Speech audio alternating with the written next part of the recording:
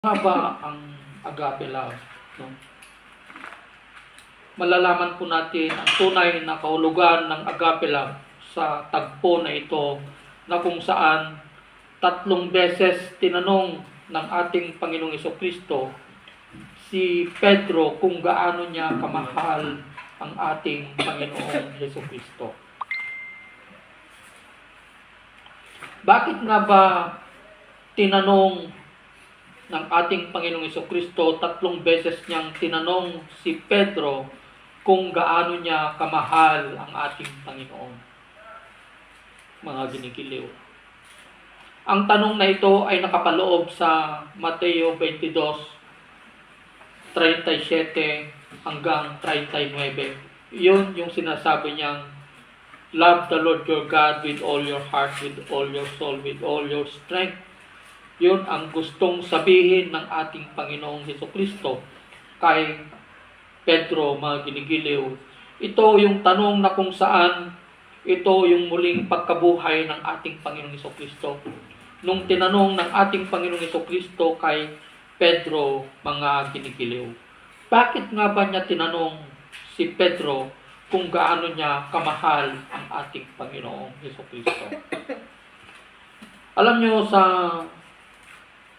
muling pagkabuhay ng ating Panginoong Jesucristo, nung siya ay namatay, mga ginigiliw, akala ng mga disipulo na ito, yung mga disipulo na ito ng ating Panginoong Jesucristo, ito ay trahedya para sa kanila, ang kamatayan ng ating Panginoong Jesucristo. Opo, trahedya po para sa kanila.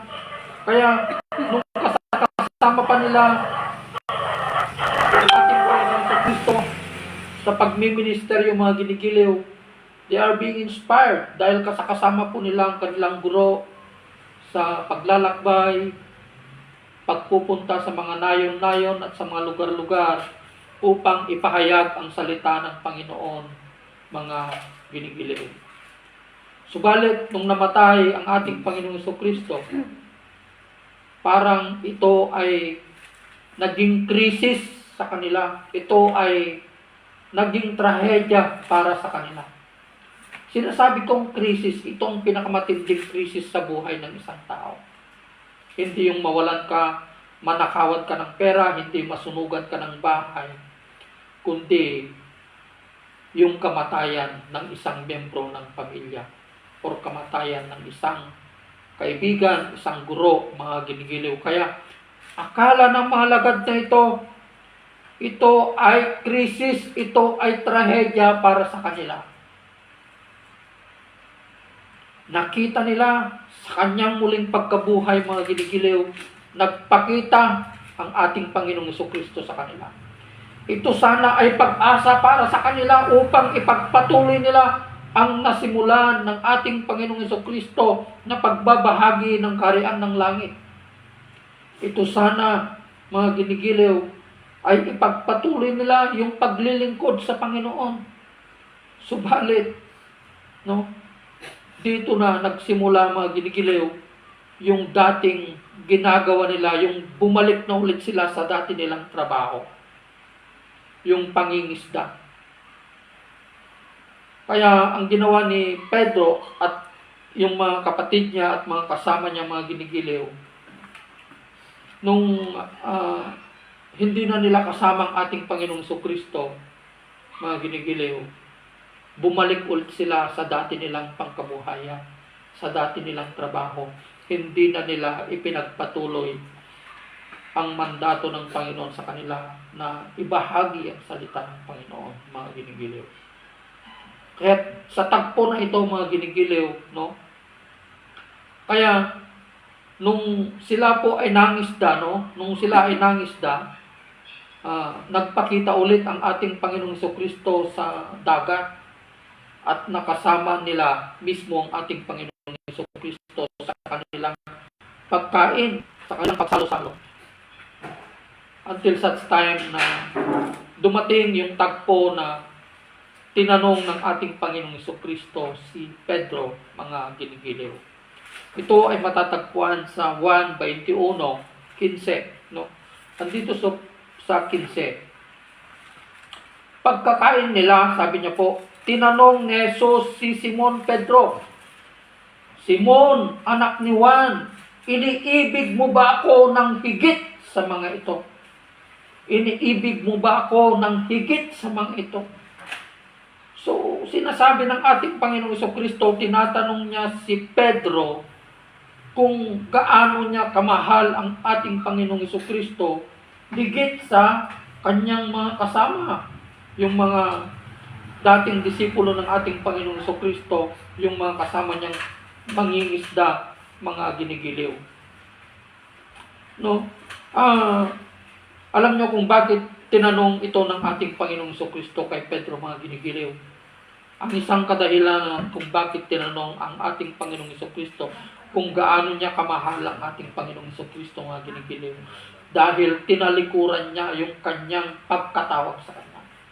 Tinalikuran niya yung pagiging leader niya ng iglesia na itinatag ng ating Panginoong Jesucristo. Kasi kinikilala ng ating Panginoong Jesucristo na si Pedro, siya ang maglilid sa mga disipulo na iniwan ng ating Panginoong Jesucristo. Diba? Ibinigay niya yung responsibilidad kay Pedro upang siya ang magiging leader nila.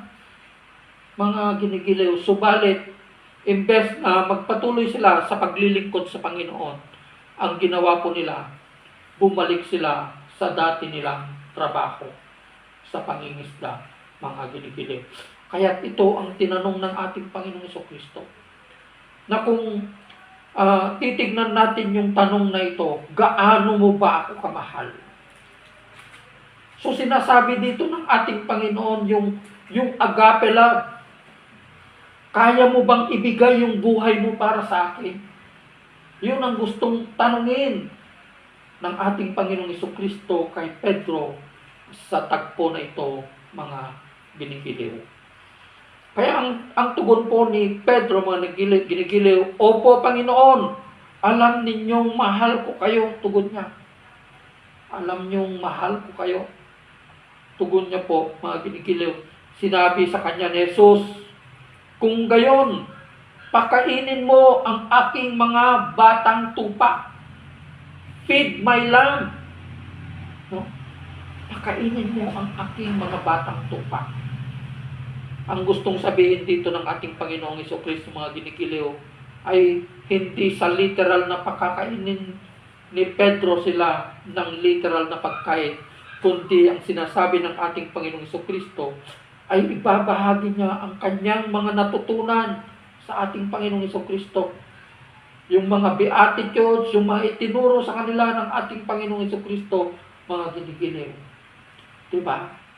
Kaya nga, yun yung mga karunungan na ibinigay ng ating Panginoong Jesucristo sa kanila. Yun yung wisdom na sinasabi. Kaya sa atin bilang mga lingkod ng ating Panginoong Jesucristo, mga ginigiliw, makikita mo ang karunungan sa isang lingkod ng Panginoon kung ito ay kanyang isinasabuhay. That is the wisdom. Yun ang ibig sabihin ng karunungan, yung isinasabuhay mo ang salita. That is the wisdom of God. Diba? Pero kung hindi mo isinasabuhay, mga ginigiliw, o hindi mo binibigyan ng buhay ang mga salitang ito sa pamumuhay natin bilang isang Kristiyano, ibig sabihin, wala sa atin ang karunungan ng Diyos. Magiging karunungan lamang, magiging wisdom lamang ito na galing sa Panginoon kung binibigyan po natin ng buhay ang salita ng Panginoon. Kung nakikita ang ebidensya ng salita na ito sa pamumuhay natin. Yun ang gustong sabihin sa atin ngayon ng ating Panginoon Jesucristo, yung agape love. Diba? Kaya ibinigay ng Panginoong Jesucristo ang pinakamagandang halimbawa ng agape love. Opo. Ano ba yung agape love?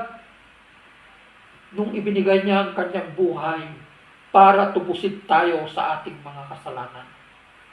Alam niyo, nung nabayubay ang ating Panginoong Jesucristo sa krus, mga ginigiliw, nung siya ay nabayubay sa krus, Ang ipinanalangin niya, mga ginigiliw, hindi lang yung kanyang mga lagad, hindi lang yung mga sumusunod sa kanya. Mga ginigiliw, hindi lang po yung mga lagad niya. Hindi lang po. Pati yung dumura sa kanyang mukha, pati yung sumampal sa kanyang mukha, yung tumusok sa kanyang tagiliran, yung nagpainom sa kanya ng apdo at alak, yung nambugbog sa kanya, yung nanlatigo sa kanya, mga ginigiliw, hindi niya pinili ang kanyang minahal, mga ginigiliw. Hindi niya pinili ang kanyang ipinanalangin sa kanyang ama. Ama, patawarin mo sila sapagkat hindi nila alam ang kanilang ginagawa. Na hanggang ngayon, iyon pa rin ang panalangin ng ating Panginoong Kristo, mga ginigiliw. Patawarin mo sila sapagkat hindi nila alam ang kanilang ginagawa. Hanggang ngayon, ang mga tao, makasarili pa rin ang tao. Ang tinitignan nila paragi ang kanilang pansariling kapakanan, fame, di ba? Prestige.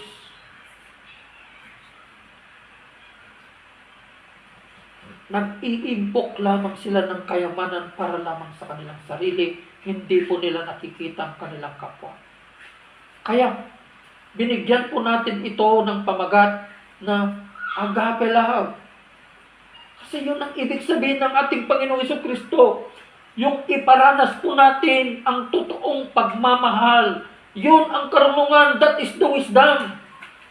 Alam mo, kung hindi natin sinasabuhay ang salita ng Panginoon, that is just only a knowledge. Head knowledge lang yan. Magiging wisdom lamang yan pag sinabuhay natin ang salita ng Panginoon. Maraming matatalino sa salita ng Panginoon. Pero hindi mo ito makikita sa kanilang pamumuhay. So, ibig sabihin, head knowledge lang ang meron sa kanila. Wala ang karunungan na galing sa Diyos. Sapagkat ang karunungan na galing sa Diyos, the wisdom that comes from God, makikita mo yan sa pamumuhay ng isang Kristiyano. Mga ginigiliw. Diba?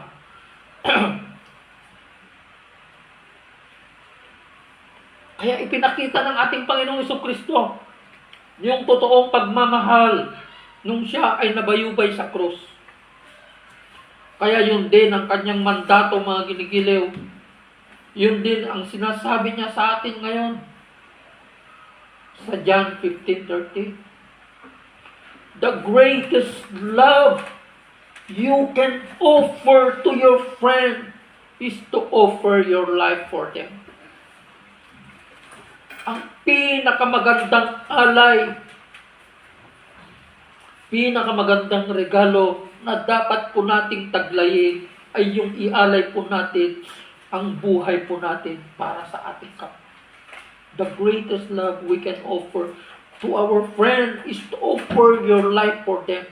If you do that, you love me, sabi ng Panginoon. Pag ginagawa mo ito, mahal mo ako, sabi ng ating Panginoon, mga ginigiliw.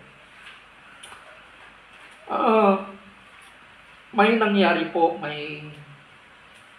sa kapatid ko po na babae, mga ginigiliw, no?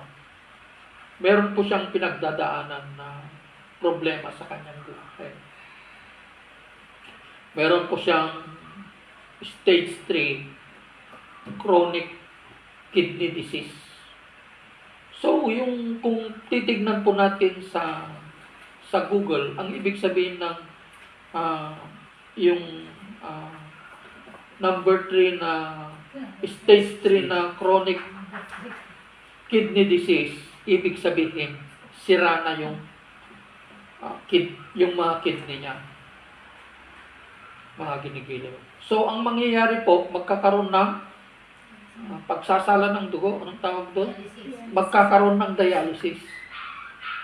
So, napakahirap po yun, mga ginigiliw. Na kung hindi maganda po yung pagkatanggap ng dialysis na ito ay magiging sanhi ng kamatayan. Kaya sabi ko po, bilang kanyang kapatid, bilang kuya, no, bilang nag-iisang babae sa pamilya na kapatid po namin, sinabi ko po na willing akong ibigay ang aking kidney. Willing po ako na ibigay yung isang kidney ko para sa kapatid ko kung kinakailangan. Kaya lang, pinakamasaklap, no? Hindi kasi pwede sa akin dahil may diabetes ako, kaya hindi pwede. Pero para sa akin, kung pwede lang sana, kaya kong ibigay ito para sa aking kapatid. Ganun ko po kamahal ang aking kapatid na babae, mga ginigiling. Kaya ganun po sana tayo. Hindi sa pamamaraan ng pagsasabi lang natin na mahal natin ang ating kapwa. Hindi magiging agape love yan. Kaya nga ang ibig sabihin ng agape love, compassionate love. Love with action. Hindi yung I love you ko na sabihin mo sa isang mahihirap, di ba?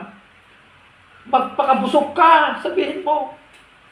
God bless you, magpakabusog ka, pero hindi ka naman nagbigay. Paano magbubusog ang isang tao sa salita? Kung meron naman tayong resources, hindi naman tayo nagbigay, hindi naman tayo tumulong, paano natin sasabihin na mahal natin ang ating Panginoon? Paano natin sasabihin na mahal natin ang Diyos?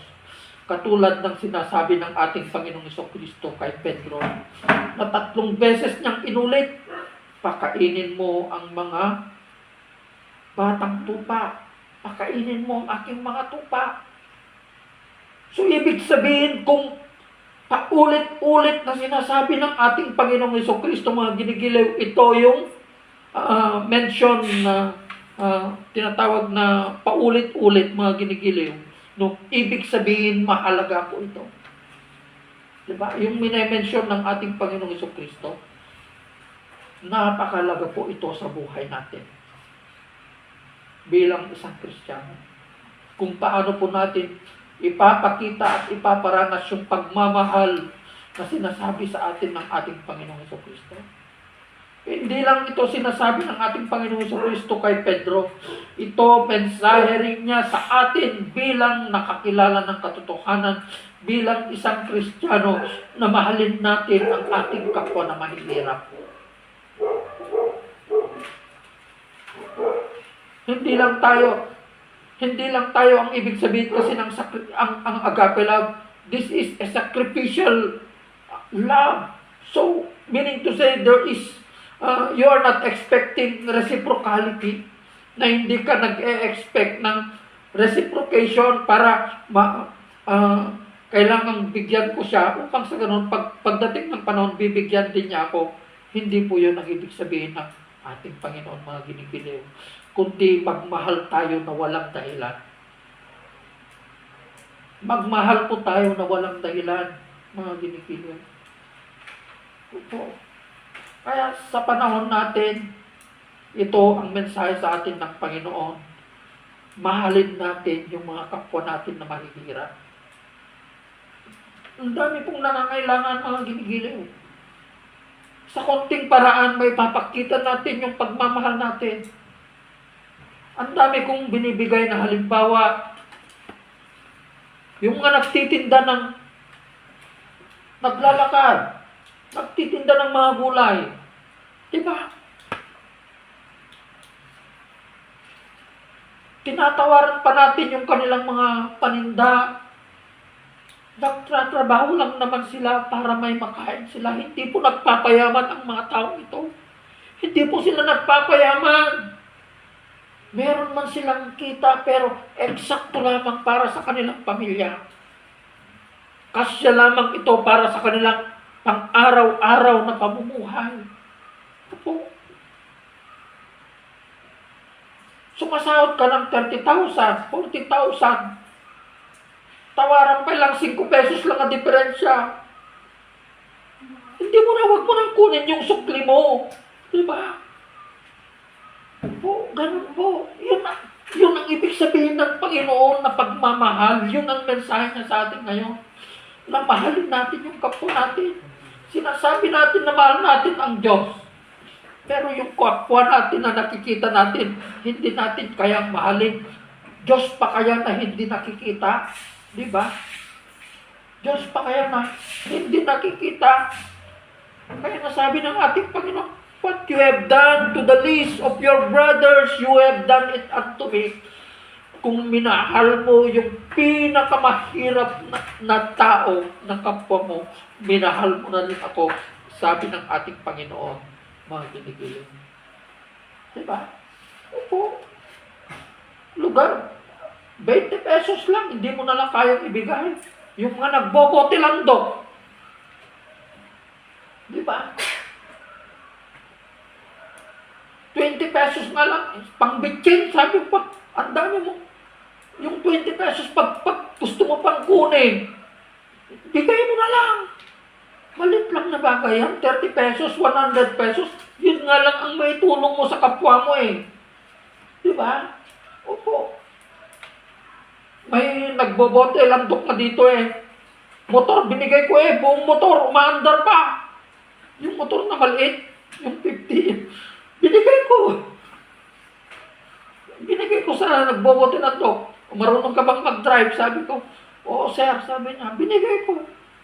Opo. Yung mga bakal dyan, hindi mo na napapakinabangan yung mga plastic. 100 pesos, 200 pesos, yun lang ang para makatulong lang tayo sa kapwa natin. Diba? Opo, nasasayangan tayo sa mga maliit na bagay. Paano kung yun ang mga ginagamit sa atin ng Panginoon, kung para tignan niya kung gaano natin kamahal yung kapwa natin? Doon tayo sinusubok ng ating Panginoon. Diba?